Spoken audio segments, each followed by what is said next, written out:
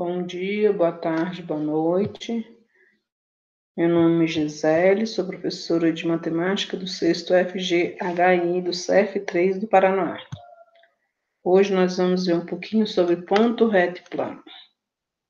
Beleza? Vamos lá.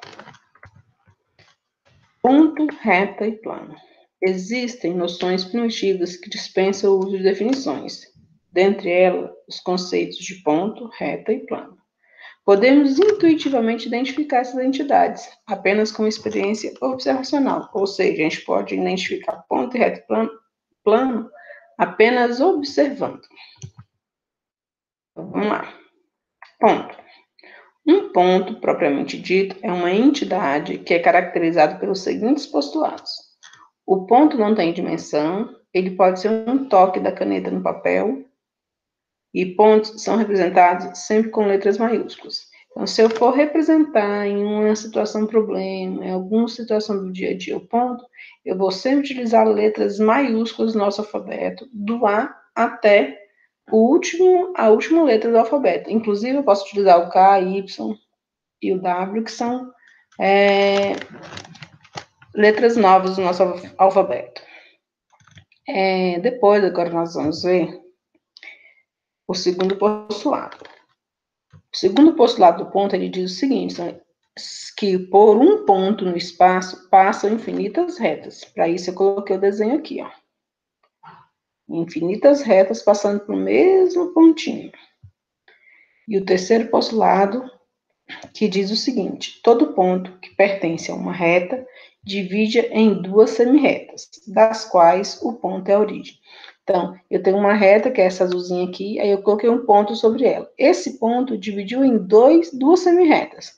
Uma que está apontando para a esquerda, que é essa menorzinha aqui, e uma que está apontando para a direita, que é essa maiorzinha aqui. Então, se eu colocar um ponto sobre a reta, eu a divido em duas semirretas. Próximo postulado. Reta. Os postulados da reta são... Então, as retas também têm postulados. O primeiro, uma reta não tem origem e nem extremidade. É representada sempre por letras minúsculas. R, S, T, U, V. Pode ser A, B, C, D, qualquer letra do nosso alfabeto, mas só que elas são minúsculas. Pode ser, inclusive, o K, o Y e o W também, que são letras especiais e mais novas do nosso alfabeto. No segundo postulado, ele diz o seguinte, uma reta é ilimitada e infinita.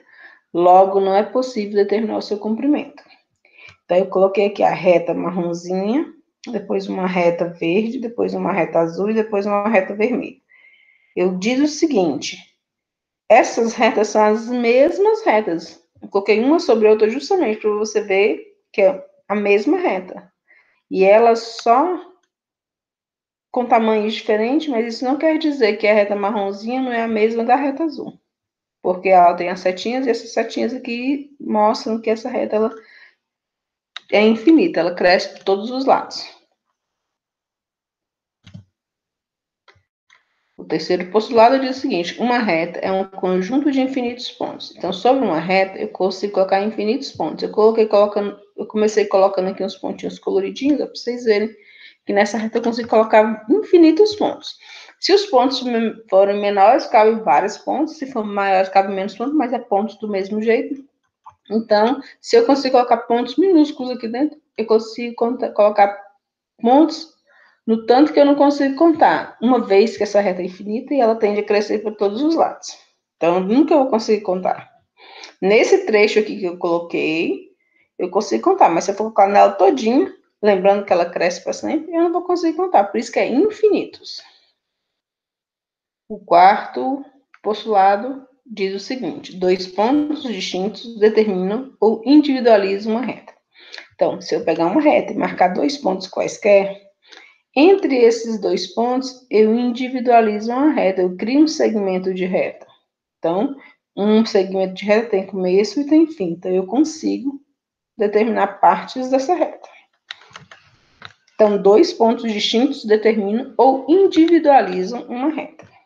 E detalhe, ainda forma uma semirreta para a esquerda e uma semirreta para a direita. Se essa reta estiver na posição de vertical, para cima e para baixo, do mesmo jeito. Se ela estiver inclinada para um dos lados, aí eu posso usar a orientação de geografia, sudeste, nordeste, noroeste, sudoeste, para poder conseguir determinar. Ou ainda longitudes e latitudes. O plano. O plano também tem postulados. Por que eu estou falando que são postulados? Gente, porque eu não consigo conceitos e definições propriamente ditos. Eu tenho propriedades e características. Então, no postulado do plano, eu tenho o seguinte. Um plano pode ser formado por 3 pontos não colineares. E é representado por letras gregas minúsculas. Então, não vamos confundir. Eu coloquei 3 pontos com mais ou menos a mesma distância um do outro. Que é esse pontinho aqui mais pro lado do marrom. E aí eu liguei esses pontos, formou um triângulo. Ou seja, um plano ele pode ser formado por figuras planas, e a menor figura plana que eu consigo formar é o triângulo. E eu ainda coloquei aqui uma figura um pouquinho mais distante do que essa uma da outra, com exceção desse ponto aqui que ficou mais perto, e aí me deu origem a um outro triângulo também. E aí eu representei, normalmente o plano ele é representado por um paralelogramo, que é um tipo de figura plana em que os lados são paralelos, mas o lado que é adjacente ao outro, eles não formam ângulos de 90 graus. Então, normalmente o plano é representado por esse aqui, mas eu posso representar por triângulo, por quadrado, por trapézio, qualquer figura plana que existir. E aí, as letras gregas do alfabeto, muitos não conhecem, mas as mais usadas são o alfa, que é esse aqui, o gama, que é esse aqui, o beta, que é esse aqui, e o teta, que é esse aqui. Aí depois eu vou passar para vocês os nomes desse separadinho bonitinho, para vocês não se confundirem. No plano, eu tenho outro postulado que diz o seguinte, que o plano ele pode ser formado também por uma reta e um ponto fora dele. Lembre-se que lidamos com espaço, logo o postulado é possível. Então, se eu tiver uma reta e um ponto fora da reta, eu consigo colocar um plano abrangendo esse ponto e essa reta. Terceiro postulado. Um plano pode ser formado por 2 retas concorrentes. Então, se eu tiver 2 retas concorrentes, eu consigo colocar um plano que vai pegar essas 2 retas. Terceiro, um plano pode ser formado por 2 retas paralelas distintas. Então, o que são retas paralelas? São retas que elas nunca se encontram, elas ficam uma do lado da outra e elas nunca se encontram. Então, era isso que a gente tinha para hoje. Eu vou voltar aqui um pouquinho só para mostrar uns detalhezinhos para vocês. Eu coloquei sempre aqui umas imagens. Todas essas imagens se referem a figuras planas e figuras geométricas. Por que eu coloquei? Porque ponto, reta e plano, elas são o comecinho do estudo da geometria. E aí, em todos os casos, eu coloquei uma figura. Aqui eu coloquei uma figura que ela muda de várias figuras planas. Elas vão se modificando e formando figuras geométricas. Aqui eu coloquei uma pirâmide de base quadrada. Aqui eu coloquei uma pirâmide de base triangular, em que ela vai mostrando, vai se dividindo em outras piramidezinhas e vai formando triângulos, né? E essa piramidezinha aqui, ó, ela é um tipo de geometria chamada de geometria de fractais. Aqui eu tenho uma pirâmide de base hexagonal, formada aqui dentro dessa pirâmide aqui, ó, eu tenho várias retas. Tenho aqui 6 retas semi-verticais, inclinadas, e tenho 6 retas menores que formam os lados do hexágono. Aqui eu também tenho vários, os pontinhos, ó, dourados, representam o ponto propriamente dito, e essas linhazinhas aqui, prateadas, representam as retas e são arestas.